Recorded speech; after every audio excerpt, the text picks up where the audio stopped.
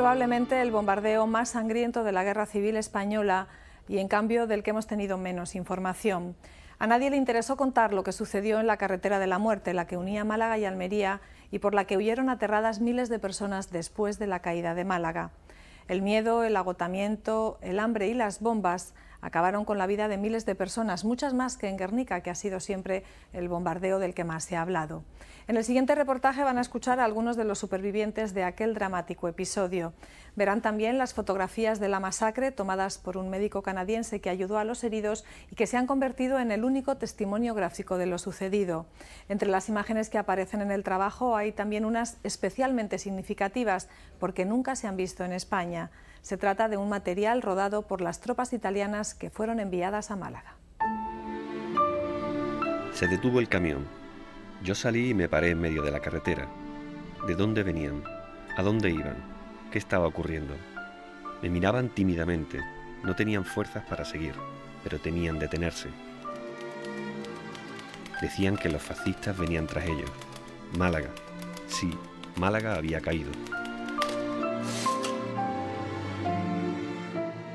Son palabras de Norman Bethune, un cirujano canadiense que vino a España para ayudar al gobierno republicano durante la Guerra Civil. Era el mes de febrero de 1937. Las tropas de los llamados nacionales habían entrado en Málaga. Miles de refugiados huían hacia Almería. Fuimos de pueblo en pueblo, haciéndonos en las cunetas, los bombardeos de los barcos que no dejaban de bombardear las carreteras y los aviones. Era un continuo bombardeo, una masacre de gente en las carreteras, de familias con niños pequeñitos, llorando, cogido de la mano, otros sillando, otros... En fin, aquello era una población civil que iba huyendo, no solamente que huían de aquí de Málaga, sino de todos los pueblos, por aquí, se encontraban todos los afluentes a la carretera. Por eso la carretera iba llena de gente. A mí lo que más, eso nunca se me ha olvidado, lo que más me impresionó fue el bombardeo. La metralla llegó a una montañita que había enfrente y aquí había una señora con un niñito en brazos y no sé si la metralla o las piedras le dieron a ella y estaba muerta con el niño en los brazos vivo. Horrores que los supervivientes de aquel terrible genocidio nunca olvidaron. Miles de personas murieron en la carretera víctimas de los bombardeos, el hambre o el agotamiento. La más grande y terrible evacuación de una ciudad de los tiempos actuales. Así la describió el Dr. Bethune para el New York Times. Sin embargo, esta caravana de la muerte, como algunos la han llamado, sigue siendo uno de los sucesos más desconocidos y silenciados de la Guerra Civil Española.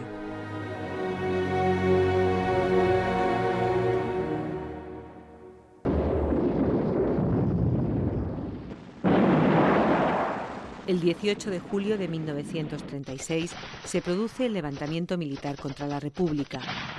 Los golpistas necesitaban controlar el sur de España para facilitar la entrada en la península del ejército de Marruecos. Andalucía queda dividida. Los sublevados consiguen el control de Cádiz, Sevilla y Granada y no tardan en ocupar Huelva y parte de la provincia de Córdoba. La legalidad republicana se mantiene en Málaga, Jaén y Almería. El pueblo malagueño afició la sublevación, eliminó todo y quedó y ya se puso los 7 meses de resistencia.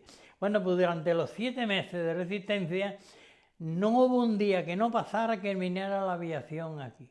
No dormíamos de noche esperando que vinieran los aviones. Cuando ya llegaban las 2:30, ya veía que no venían los aviones, entonces era cuando nos acostábamos.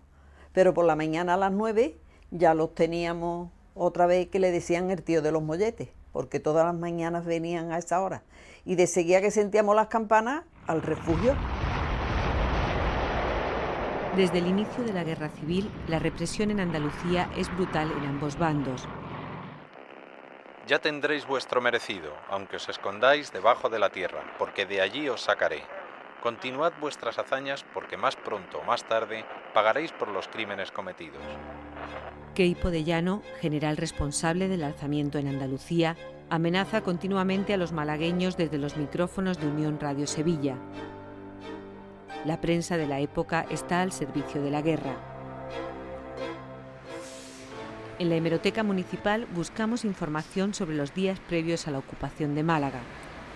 Maripepa Lara, directora del archivo, nos muestra los periódicos del bando republicano que se publicaron hasta los primeros días de febrero de 1937. Apenas se hacen eco del avance de los sublevados.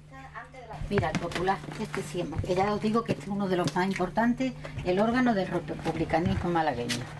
Vamos a ver hasta qué día se publicó el Popular. El Popular, bueno, las fuerzas republicanas malagueñas contienen a los facciosos y mejoran sus posiciones. Este fue el 5 de febrero. No, me parece que hubo incluso otro más. 5 de febrero del 37. Sí, unos días antes de que... Sí. Pero no precisamente mira, otro avance de las fuerzas defensoras de Madrid. Esta fue del 6 de febrero. Pues el día ya cuando... Ve, ya no hay más. En agosto había caído Antequera, pero los periódicos malagueños no dicen nada. Las noticias llegan con los refugiados que vienen desde el campo de Gibraltar, del resto de la provincia de Cádiz y de Sevilla. Según la prensa y según el Comité de Alojamiento, habría en Málaga unos 90.000 refugiados, aparte de la población de Málaga. Fueron llegando y contaban todas las atrocidades que habían visto en sus pueblos, los asesinatos que hacían los rebeldes con la ayuda de lo que aquí en Andalucía conocemos como los moros, los regulares del norte de África, el tercio, que ayudó militarmente a los rebeldes. Eso, que venían moros, y dice que a las niñas le cortaban los senos, que las violaban, por las madres que tenían hijas, pues lo que hacían era irse. Y nosotros estamos también muy asustadas. En enero de 1937, el ejército hispano-marroquí inicia el avance desde Algeciras y Ronda hacia la capital malagueña. Inmediatamente al norte de la provincia, las tropas italianas comienzan a organizarse. En total, unos 25.000 hombres con carros blindados, ametralladoras y artillería se dirigen a Málaga, como muestran estas imágenes que los reporteros hemos recuperado del Archivo Histórico del Luce, Instituto de Filmografía Italiano.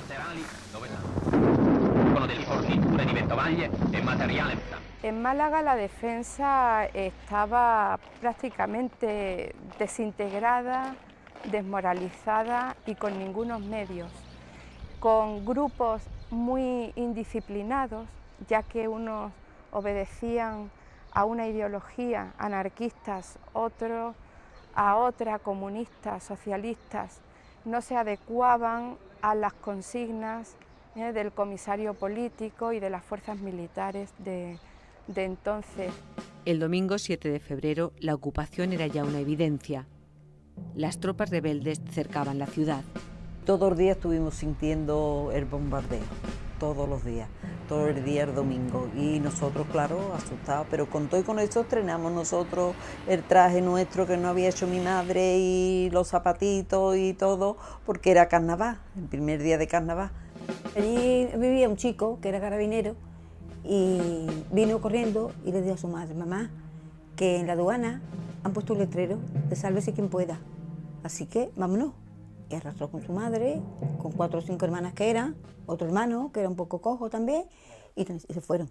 Al irse ellos ya nosotros, pues teníamos un poco de más miedo y después de arrancar a mi padre, que mi padre para arrancarlo nos costó bastante. Y por fin decidimos, el vecino, y nosotros éramos 5, y ellos 3, 8, salimos con nuestra mantita al palo, que fue lo primero que cuando vimos, no me acuerdo yo el itinerario, pero hasta el palo. Tan solo una manta para protegerse del frío del mes de febrero. Y todas las miradas se dirigen a la carretera de Almería, la única salida que no ha sido tomada. Familias enteras, como la de Maruja, que entonces tenía 12 años, y su hermana Natalia, de 14, comienzan un penoso camino a pie. Por delante, más de 200 kilómetros hasta llegar a su destino. En la caravana, quiero hacer constar que no había ni soldados ni personas, no, eran mujeres, ancianos y niños. Yo tenía 16 años y tenía un sobrino mío que se lo tenía que pasar mi padre, mi tío, mi hermana y algunas veces yo también. Pues era un niño de 1 año así, yo no podía andar. Apenas hay documentos escritos que nos hablen de la evacuación. El Seminario de Historia del Tiempo Presente de la Universidad de Málaga estudia esta trágica etapa de nuestro pasado más reciente. Lo hacen a través de los testimonios de personas que vivieron estos hechos.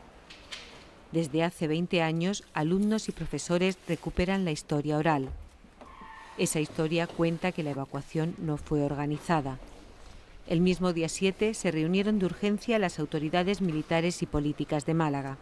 Según parece, en esa reunión de la que solamente quedan restos de testimonios de personas que asistieron a ella, se decidió una defensa numantina de Málaga, resistir hasta el final y esperar que llegaran las armas que según el gobierno, digamos, central, el gobierno o el Alto Estado Mayor, iba a enviar a última hora y que finalmente no llegaron.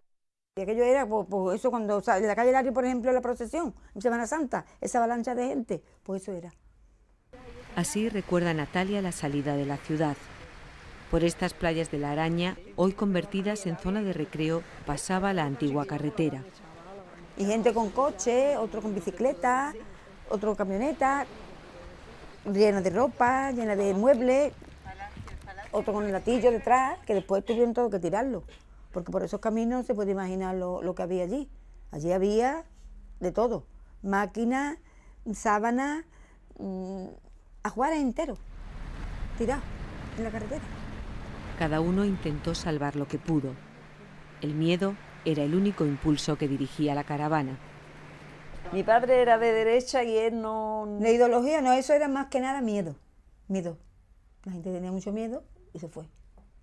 Es que no es posible que sí tuviese algún temor porque estaba apuntado a algún partido, pero vamos, que más que nada fue miedo. Todo el mundo estaba muy asustado. Di gratitudine di gente che vive la fine dell'incubo rosso e si sente rinascere. El día 8, al amanecer, las tropas rebeldes junto con las columnas italianas entran en las calles de Málaga. Así los sublevados conseguían uno de sus objetivos, el control de un puerto importante para la República y de todo el tráfico del estrecho. Estas imágenes, emitidas por primera vez en televisión, las grabó el propio ejército de Mussolini. Nos muestran una ciudad destrozada por los bombardeos. Con la ocupación de la capital no terminó la operación. Esa misma mañana, los miles de malagueños que huyen por la carretera descubren que se han dirigido a una trampa mortal. A lo largo de la costa hacia Almería, los barcos de los nacionales, apoyados por la aviación italiana y alemana, se lanzan a la caza de los fugitivos. Las amenazas del general Queipo de Llano se convierten en una sangrienta realidad.